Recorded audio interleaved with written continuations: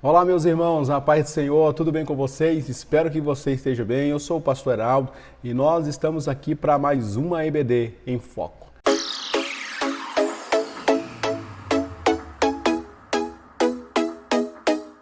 Pois bem, meus irmãos, lição de número 8. Vamos trazer o tema para essa próxima lição: o mestre por excelência que se fez servo. O mestre por excelência que se fez servo. Ou seja, a gente vai ver que nada impede que alguém que tenha um conhecimento extraordinário, como Jesus é o verbo da vida, ele é a própria sabedoria encarnada, ele também, nada impediu que ele fosse servo, que ele servisse as pessoas, né? Nós vamos ver esse lado de Jesus conjugado com o seu lado de servo dos homens. O nosso texto de referência está aqui no Evangelho de Marcos, capítulo 1, verso 9 ao 14, que diz assim: E aconteceu naqueles dias que Jesus, tendo ido de Nazaré da Galiléia, foi batizado por João Batista no Jordão. E logo que saiu da água, viu os céus abertos e o Espírito, que como pomba descia sobre ele. E ouviu-se uma voz dos céus que dizia: Tu és o meu filho amado, em quem me comparo, ou me comprazo. E logo o Espírito o impeliu para o deserto. E ali esteve no deserto 40 dias, tentado por Satanás, e vivia entre as feras, e os anjos o serviam. Depois que João foi entregue à prisão, veio Jesus para a Galiléia, pregando o evangelho do reino de Deus. Introdução: observaremos na lição de hoje que, ao proferir seus magistrais ensinamentos, o Filho de Deus trouxe esperança e renovo a muitos, mostrando ser o mestre dos mestres. Tópico de número 1, o servo que oferecia esperança. Jesus foi o maior educador que já viveu na terra. Essa frase vale a pena repeti-la 1000 vezes e não vamos cansar. Jesus foi o maior educador que já viveu na terra. Podemos observar que o Evangelho de Marcos está repleto de seus ensinamentos, discursos e parábolas.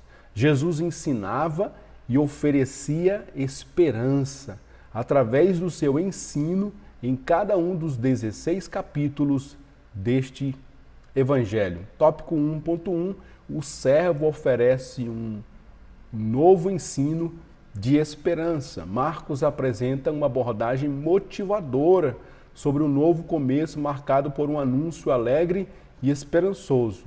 E depois que João foi entregue à prisão, veio Jesus para a Galiléia pregando o evangelho do reino de Deus. Jesus treinava seus discípulos para os mais variados lugares, extraindo lições preciosas por onde passava. O jeito de Jesus ensinar sobre o evangelho era algo extraordinário, porque ele não ensinava somente dentro de uma espécie de uma sala de aula, tópicos, teoria apenas. Jesus ele ia para uma determinada região e, aproveitando a paisagem do local, aproveitando ali as circunstâncias que haviam sido oferecidas para eles durante aquele dia, ele extraía disso os ensinamentos e passava para os seus discípulos. É teoria conjugada com prática, né? Dizem por aí que naquilo que a gente ouve, apenas ouve, vê alguém falando, a gente guarda apenas 30% no máximo. Dependendo muito da capacidade da pessoa, ela vai guardar até 30% do que ela ouviu, do que ela viu alguém falando, ensinando. Mas se ela praticar, se ela além de ouvir, além de escutar, além dela ver aquilo que ela está aprendendo, aquilo que estão ensinando a ela, se ela praticar, colocar as mãos naquilo e fazer aquela atividade, de fato ela vai aprender e chega a aproximadamente 90% de aprendizado. Por isso que nós vamos ver os discípulos de Jesus, anos depois da morte de Jesus, testemunhando, escrevendo os evangelhos, contando histórias nos mínimos detalhes. Como que você vai ver um Mateus, anos depois, escrevendo o evangelho, segundo escreve Mateus, contando detalhes do que havia acontecido? Possivelmente, se Jesus tivesse apenas falado com eles, eles não iriam se recordar de muita coisa. Mas como Jesus levou eles para o campo missionário e na prática ensinou para eles o que era o reino de Deus, o que era o evangelho, o que é o perdão, o que era amar, o que era abraçar, o que é servir, isso nunca mais saiu da mente desses irmãos. Glórias, pois, ao nome do Senhor. Tópico 1.2. O servo oferece um ensino de esperança aos seus desesperançados. O Evangelho de Marcos esclarece que o Mestre veio ensinar, solidarizar-se e libertar as pessoas oprimidas e excluídas pelo sistema religioso de Israel. Os líderes religiosos de Jerusalém praticamente não fizeram nada diante da situação de miséria do povo, eles procuravam os seus próprios encantos. É interessante a distância que os líderes religiosos mantinham das pessoas. Na verdade, ao sentar-se na mesa com os pecadores, Jesus estava demonstrando que para eles é oferecido o remédio, a cura, eles que precisam da gente que tem um conhecimento abraçar a causa deles. Mas os fariseus, os saduceus, os hipócritas, eles se colocavam à distância do povo, eles não se aproximavam da multidão, eles não queriam se contaminar com a multidão. O que eu acho interessante é Jesus, quando ele ia curar um leproso, ele sabia que não podia tocar no leproso. Ele sabia que estaria se contaminando ao tocar no leproso. Mas Jesus dizia para o leproso, a sua lepra está curada, e tocava naquela pessoa. Ele tocava no leproso. Jesus pouco se importava com o que as pessoas iam dizer ao respeito dele. Jesus, ele fazia coisas que os religiosos diziam que não era para fazer no sábado, mas ele sabia que aqueles religiosos estavam criticando ele por causa de inveja que eles tinham, que Jesus era muito popular, Jesus era muito seguido pela população. E eles, por inveja de Jesus, querendo matar Jesus, eles estavam atrás de Jesus, não para aprender de Jesus, mas apenas para tirar alguma coisa dali, para levá-lo à morte, para tirá-lo de cena. Mas que nós que servimos Jesus, nós vamos continuar aprendendo dele, porque ele continua conosco por meio do seu Espírito, e a cada dia ele nos apresenta situações, e através dessas situações é que a gente vai colocar em prática o amor, o perdão, a cura, a reconciliação, a comunhão dos santos. Falar em comunhão dos santos, congregando dentro de casa, é fácil. Eu quero ver você falar de comunhão dos santos dentro de uma igreja cheia de pecadores, como são as nossas igrejas. Porque, na verdade, a gente não deveria enxergar a igreja como uma comunidade lotada de santos ou de pessoas sem pecado. Na verdade, é uma comunidade de pecadores redimidos, que até que esse corpo for transformado em um corpo incorruptível, estão sujeitos a pecar, estão sujeitos a errar, estão sujeitos a falhar. Eles vão decepcionar a gente, os nossos pastores vão nos decepcionar, você vai me decepcionar, eu vou te decepcionar, mas é nessa relação que a gente aprende a perdoar, que a gente aprende a amar, que a gente aprende a alguns verbos, que fazem parte da fé cristã. É na prática. Jesus, como nunca, como nenhum outro, ensinou na prática, 1.3. O servo veio trazer esperança aos nossos corações. Nos dias de Jesus, a dominação romana e a preponderância do sistema religioso de Israel tornava a vida do povo hebreu precária. Nessa desordem, Jesus aparece para ensinar e combater a hipocrisia e trazer esperança para os fracos e oprimidos. Paulo, em sua carta pastoral a Timóteo, descreve o servo como esperança nossa. Bem-aventurado aquele que tem Deus de Jacó por seu auxílio e cuja esperança está posta no Senhor seu Deus. Salmo 146, versículo de número 4. Jesus, ele estava no meio daqueles que precisavam dele. Quando alguém o criticava, ele dizia: quem precisa de médico, senão os doentes? Quem precisa de perdão, senão essa mulher pecadora? Por isso que ela me ofereceu tanto. Por isso que ela derramou esse óleo precioso sobre mim, porque o perdão que essa mulher precisa é grande. É por isso que ela me ama muito, porque o perdão que ela precisa é grandioso. Então Jesus estava próximo às pessoas, ele vivia com as pessoas, ele caminhava com as pessoas, ele comia com pecadores, porque através daquela refeição, aquelas pessoas se aproximavam dele e eram por eles perdoadas. Glórias a Deus. Tópico 2, o servo que oferecia instrução. A narrativa do Evangelho de Marcos deixa transbordar o autoconhecimento demonstrado por Cristo Jesus até o momento da sua morte. 2.1, o servo possuía uma sabedoria que veio do alto. Sabedoria remete ao conhecimento de algo, ser instruído, saber, razão. A sabedoria humana é defeituosa porque não sabemos de tudo. Marcos nos faz ver que Jesus foi um homem muito sábio porque cultivou esses conceitos, experimentou essa verdade. Entraram em Cafarnaum e logo no sábado, indo ele à sinagoga, ali os ensinava. Assistimos neste evangelho que Jesus ofereceu respostas às ações prudentes a todos que o confrontavam. É interessante demais Jesus de Nazaré. Os homens tentavam pegá-lo, os homens tentavam jogar uma isca para que ele fosse pego em alguma palavra, mas ele sempre com a sabedoria que recebeu do alto. Jesus era 100% homem. E como 100% homem, ele dependia da presença do Espírito Santo. Por isso Jesus passava a noite em oração. Por isso Jesus passava a noite em comunhão com o Pai.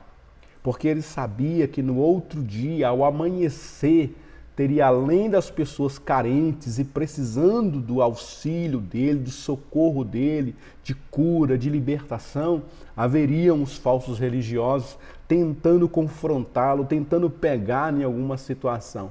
Então Jesus precisava ser muito coerente entre aquilo que ele ensinava e aquilo que ele estava fazendo, para não ser pego em nenhuma situação, mesmo sabendo que aqueles homens estavam ali só para pegá-lo em alguma situação. Jesus sempre tinha uma palavra, Jesus tinha sempre uma saída para aquelas perguntas capciosas e muitas das vezes indecentes que aqueles homens lançavam para ele. Glórias ao nome de Jesus. 2.2, o servo possuía uma sabedoria jamais vista. O ministério terreno de Jesus era itinerante, cuja missão era o anúncio da palavra de Deus. E depois que João foi entregue à prisão, veio Jesus para a Galileia, pregando o evangelho do reino de Deus e dizendo: o tempo está cumprido e o reino de Deus está próximo, arrependei-vos e crede no evangelho. O Senhor Jesus Cristo tinha um senso de urgência muito grande em relação às almas, né? Ele não perdia tempo com debates. Se Jesus fosse se dar ao luxo, né, digamos assim, de parar para debater com o fariseu, com o saduceu, com os herodianos, com as diversas seitas da época, Jesus provavelmente não teria realizado os feitos que fez. Mas o Evangelho de Marcos diz que ele sempre tinha tempo para ensinar as multidões que queriam ouvi-lo. Aqueles que tinham sede dos seus ensinamentos, Jesus arrumava um tempo para essas pessoas.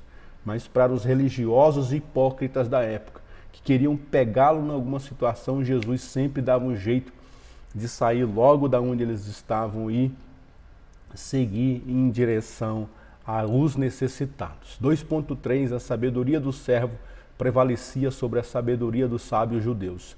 Jesus não perdia tempo com os líderes religiosos. Jesus tinha o entendimento de que era preciso ensinar a palavra de Deus, pregar o evangelho a toda criatura. Olhando para os ensinos de Jesus, o servo, encontramos a verdadeira sabedoria divina. sabedoria que cultiva um viver que contribui para o bom testemunho, sabedoria ao qual passamos a ter conhecimento dos planos de Deus para as nossas vidas.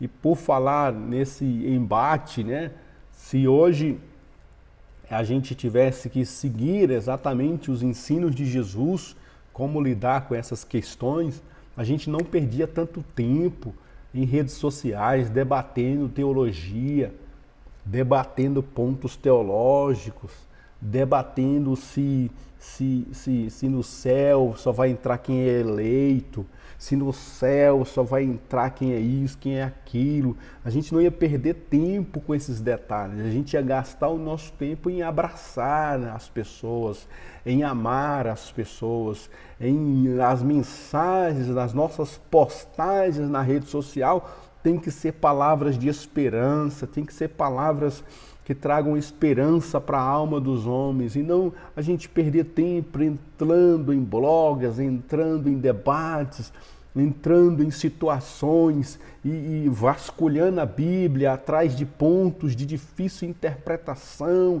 para que a gente seja colocado como alguém erudito. Não, a nossa preocupação tem que ser sempre qual vai ser a próxima alma que eu vou levar para Jesus. Qual vai ser a próxima pessoa que vai conhecer Jesus através do meu trabalho, através das minhas postagens? Alguém vai sentir uma interrogação vai ser levantada com a minha postagem, aquela pessoa vai entrar em contato comigo, ela vai puxar uma conversa, eu vou convidar essa pessoa para a igreja, eu vou convidar ela para o evangelho, ela vai ser liberta, ela vai ser salva. Essa deveria ser a nossa preocupação. Mas muitas das vezes a gente perde tanto tempo em coisas inúteis que não vão levar a lugar nenhum, né? Se a gente for pesquisar no YouTube, existem dezenas de canais de pessoas que estão ali só para vasculhar a vida dos outros. O pastor que caiu, a missionária que traiu o esposo, o pastor que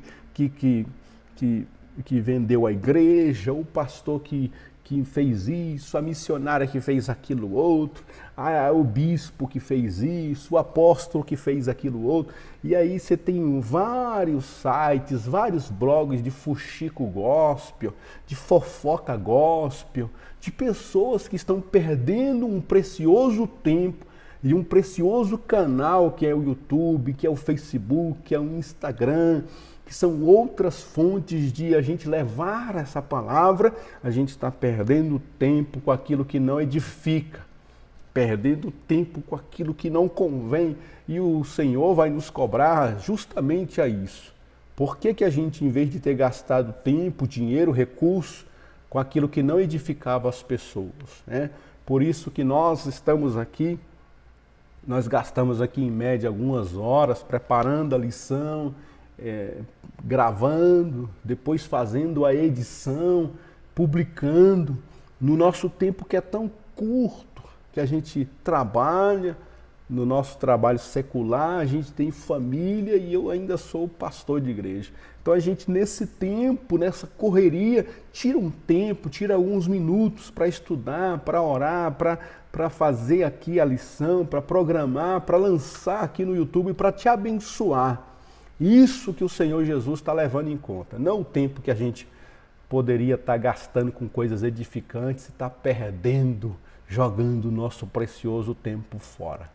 Amém? Lição de tópico de número 3, a sabedoria inquestionável do servo.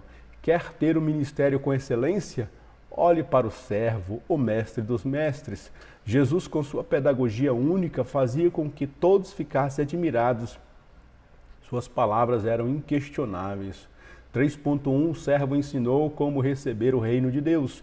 Marcos relata que em um de seus ensinos, Jesus, querendo ensinar como receber o reino de Deus, usa um exemplo de uma criança como modelo de submissão, dependência e humildade. Devemos reconhecer diariamente que necessitamos da sabedoria do nosso Pai. Interessante, né? Jesus vai falar sobre humildade, aí ele puxa uma criança para o meio. Isso é interessante, porque ele está ensinando sobre humildade e ele está usando uma imagem, uma figura, está usando uma pessoa, e nunca mais quem estava ali nunca mais esqueceu o que era humildade. Porque é só fazer a referência a uma criança, aos sentimentos que uma criança tem, a pureza que uma criança tem, que você logo lembra de que o ensinamento naquele dia foi sobre humildade. Que a gente possa pedir a Deus essa sabedoria, irmãos, para que a gente possa ensinar as pessoas. Uma vez eu estava dando uma aula na escola dominical e aí eu ia falar um pouquinho sobre sofrimento. Sobre as marcas que a gente carrega no nosso interior, no nosso homem interior, baseado naquela palavra que Paulo diz que ele carregava sobre si as marcas de Jesus. E aí eu pensando em uma ilustração que eu pudesse fazer ali. E a aula era dos adultos, homens e mulheres, a turma estava cheia, era feita dentro da igreja, turma cheia. E aí eu falei, será que eu faço isso? E pensei numa ilustração. E aí eu peguei uma camiseta branca, tingi ela de vermelho e rasguei, fiz furos nela, representando uma pessoa que estava ali toda machucada, dilacerada, e fiz ali uma dramatização nessa camiseta, aí coloquei o terno, gravata, fiquei todo bonito, mas por baixo estava essa camiseta toda ensanguentada, pintada de vermelho, representando sangue e marcas de feridas. E eu fui ali dar essa aula, dei a aula quase toda, 45 minutos da aula, eu dei todo bonito, de terno, gravata. E aí a lição falava sobre sofrimento, sobre a gente sofre, mas Deus ele vê o nosso sofrimento, Deus ele vê as nossas dores. E aí, a partir do momento que entrou nessa parte, que Deus olha para nós, os homens veem a estética, o exterior, vê a gente bonito, bem arrumado, mas Deus, quando Ele olha para nós, Ele está vendo a nossa dor, as nossas feridas, as nossas machucadas, as nossas coceiras, aquilo que a gente tem, que as pessoas não veem, Deus está vendo. E aí, a partir desse momento, eu tirei primeiro a gravata, os irmãos ficaram, eita, o que o Heraldo vai fazer? Tirei ali o blazer. Eita, será que o Heraldo vai ficar sem camiseta aqui? Meu Deus, os irmãos já ficaram agoniados, né? Pensando que eu ia ficar sem camisa ali. E fui desbutuando aqui a camisa de botão com o maior cuidado, para eles não verem que por baixo tinha uma outra camiseta. Desbutuei com o maior cuidado, tirei. E quando eu abri, irmãos, que cena que muitas pessoas até hoje, isso tem aproximadamente uns 18 anos isso. Muitas pessoas lembram dessa imagem claramente quando elas falam de sofrimento e a gente está conversando sobre sofrimento, elas lembram dessa ilustração que eu trouxe naquele domingo de escola dominical, há aproximadamente 18 anos atrás. Elas lembram daquela camiseta toda rasgada. Então é isso, você que é professor, dentro de um determinado assunto, pensa em alguma coisa que os alunos vão bater o olho e vão lembrar daquele assunto. Olha, professor, eu lembro que há 10 anos atrás o senhor falou um pouquinho sobre o céu e o senhor levou para a sala aquele negócio, aquela coisa e tal. E eles vão se lembrar daquilo que você está falando. E a gente aprendeu isso com Jesus de Nazaré. Nesse 3.1 a gente viu que ele pegou uma criancinha para falar sobre humildade. Amém? Que a gente possa também ser criativo, porque o ensinamento ele precisa trazer mudanças para as pessoas, mas a mudança só vem quando as pessoas entendem o que você está falando. O entendimento das pessoas precisa ser tocado, e aí haverá mudança através do ensino com o entendimento sendo transformado. Amém? 3.2, o servo ensinou como servir. Em um dos seus ensinos, Jesus nos convoca a sermos servos assim como ele foi. Se alguém quiser ser o primeiro, será o derradeiro de todos e o servo de todos. O gesto de lavar os pés dos seus discípulos mostrou como ele não veio para essa vida para buscar glória para si. Levantou-se da ceia, tirou os vestidos e, tomando uma toalha, cingiu-se. Depois deitou água numa bacia e começou a lavar os pés aos discípulos e a enxugá-los com a toalha que estava cingido.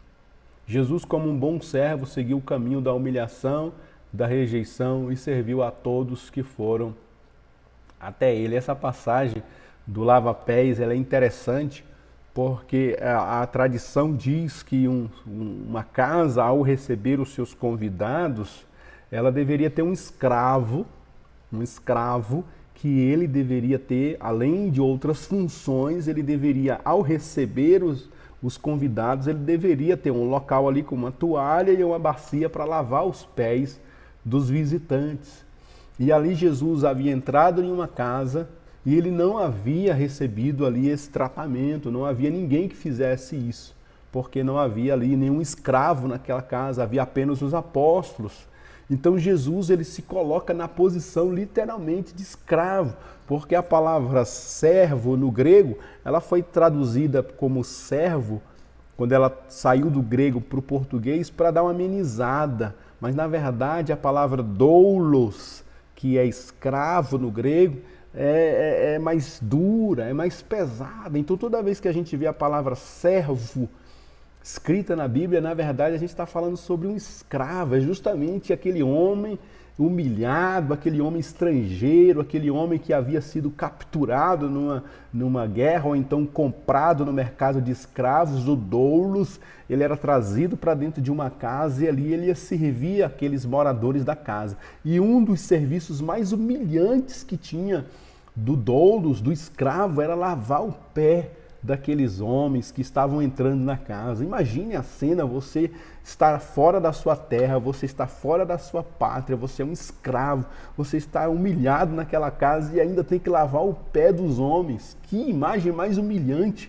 E Jesus usa exatamente essa imagem para dizer que ele veio justamente ser o nosso escravo, o nosso servo, aquele que veio se entregar no nosso lugar, morrer por nós.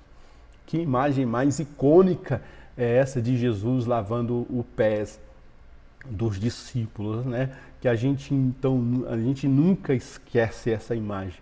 Muitas religiões, digamos assim, algumas igrejas católicas ou algumas igrejas evangélicas também, elas praticam esse ato do lava-pés, simbolizando a humildade. Mas, na verdade, a única pessoa que fez isso com o coração completamente despido foi o nosso Jesus.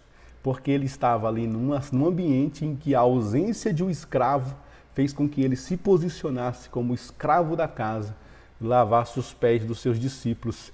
Tamanha foi o constrangimento de Pedro, que Pedro falou: Senhor, não faça negócio desse, não. Eu que tenho que lavar seus pés. Aí Jesus falou: não tem preocupação não, Pedro. Se eu não lavar os seus pés, você não vai ter parte comigo, então deixa eu lavar os seus pés. Que ensinamento maravilhoso. Aquilo ali deve ter arrebentado com o coração dos discípulos, quebrou eles no meio, eles aprenderam aquela lição e nunca mais devem ter esquecido daquela cena. 3.2, o servo ensinou como servir. Agora nós vamos partir para o final. 3.3, o servo ensinou a ofertar. Jesus, o servo, como um bom observador, nota o ato de uma pobre viúva ter ofertado tudo o que tinha. Vindo, porém, uma pobre viúva deitou 2 pequenas moedas que valiam um quadrante. E aí eu fiz o cálculo, assim, mais ou menos trazendo para o real, para verificar. É como se fosse centavos de real. Hoje é 80 centavos, 70 centavos, R$1. No máximo ali 80 centavos de real, trazendo para o nosso tempo, né?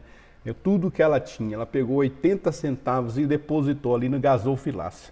Jesus aproveita esta ação da viúva pobre para ensinar uma lição valiosa a todos nós. Jesus nos faz aprender que a doação tem que representar genuinamente o desejo do nosso coração. Às vezes quem estava depositando ali, quem sabe, grandes quantias, né? Imagina uma pessoa, um empresário ali, depositando ali R$1.000, R$10.000, né? Um empresário, quem sabe uma pessoa abastada, depositando ali altas quantias. Quando ele olha para aquela senhora ofertando 80 centavos, quem sabe ele deve ter se perguntado: mas o que 80 centavos vai interferir nas ofertas que vão ajudar o templo? E Jesus, olhando para aquela mulher, disse para os seus discípulos: ela, na verdade, deu a maior oferta nessa noite, porque ela depositou de todo o seu sustento, ela depositou com toda graça, ela depositou com toda generosidade, ela depositou com muita fé, ela depositou com tudo que ela tinha. Por isso a oferta dela foi a melhor oferta. E aí hoje em dia a gente faz aqueles envelopes, né? Muitas igrejas vão pegar os envelopes e vão dizer assim, ó, a maior oferta vai ganhar o brinde, né? A maior oferta nessa noite vai ganhar aqui o sorteio. A gente geralmente faz assim, né, para arrecadar algum dinheiro. E Jesus, naquela noite, naquele dia, observou que aquela mulher não deu a maior oferta. Ela não tinha condições alguma de dar a maior oferta. Ela deu, na verdade, uma simples oferta, mas que tocou o coração de Deus. Porque a oferta, ela revela o nosso coração. Os homens estavam dando do que estava sobrando. E Jesus não quer que a gente doa para Ele as sobras da nossa vida. Jesus quer ser a primazia, Ele quer ser o primeiro, Ele quer que nós ofertemos tudo a Ele. Aquela lição ali quebrou também o coração dos discípulos. Concluindo essa lição esplêndida, lição de número 8, o mestre por excelência que se fez servo, diz assim a nossa conclusão: ensinar era algo que estava no coração do servo. Para conduzir nossa tese, podemos ver entre os evangelhos que a maior parte do seu ministério foi ocupada pelo ensino. Neste trajeto, nosso Senhor ofereceu tamanha nobreza ao ministério do ensino como ninguém jamais havia feito, né? Que os nossos ensinamentos, irmãos, sejam permeados de prática, né? Que a gente, vamos falar hoje sobre oferta, e que as pessoas, ao ofertarem naquela noite, saiam com uma lição naquele dia. Hoje nós vamos falar sobre salvação, que as pessoas entendam o que é salvação. Não porque a gente está só falando sobre salvação, mas porque a gente vai demonstrar durante a semana e após aquilo que nós estamos falando. As pessoas vão lembrar, o pastor falou sobre salvação no domingo, salvação é isso, nós fizemos na segunda-feira. O pastor falou sobre perdão, perdão é isso, nós executamos na terça-feira. Nós aprendemos no culto de ensino sobre o louvor, louvor é isso, nós fizemos louvor aqui na quarta-feira, no trabalho, na escola, na creche, nos nossos lugares de convivência, a gente praticou o que aprendeu, a gente aprendeu o que praticou. Deus abençoe a tua vida, meu irmão. Eu te peço só uma coisa, mais uma vez, deixa aí um seu curtiu, compartilha essa palavra para abençoar mais e mais pessoas, porque o nosso intuito aqui não é trazer discórdias e contendas, é apenas ajudar na medida do possível com aquilo que a gente pode. Deus te abençoe, compartilha aí, deixa o seu curtir, o seu gostei para abençoar o nosso canal, tá bom? Ore por nós para que a gente na próxima semana esteja aqui, se o Senhor Jesus assim o permitir. Vamos ensinar com toda a sabedoria do servo, em nome de Jesus. Amém.